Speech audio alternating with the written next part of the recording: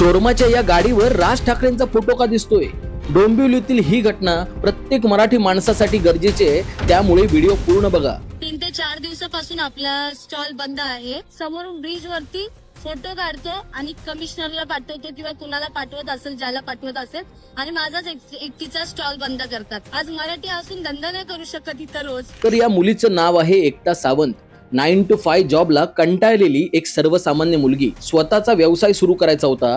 मग तिने डोंबिवली स्टेशनच्या बाहेर शोरमा स्टॉल सुरू केला. अहो, एक मराठी माणूस धंदा करतोय म्हटल्यावर अडचणी सुरू झाल्या. महानगरपालिकेने स्टॉल बंद केला, पण ती रडत बसली नाही. तिने सगळी घटना सोशल मीडियावर शेअर केली.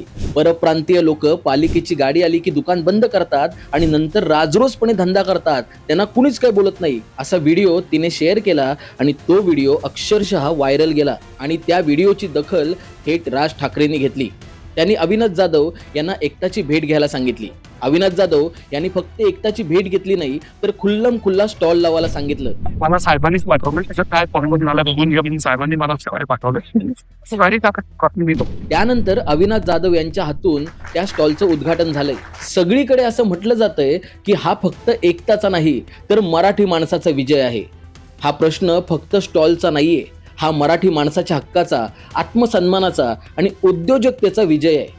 एकता सावंत हिने कधीच हार मानली नाही, अन्यायाविरुद्ध आवाज उठवला आणि आज त्या मुलीचा विजय झालाय. महाराष्ट्रीयन असाल तर या जिगरबाज एकता सावंतचा व्हिडिओ व्हायरल करा आणि अशाच मराठमोळ्या कंटेंटसाठी संवाद सेतूला फॉलो सुद्धा करा.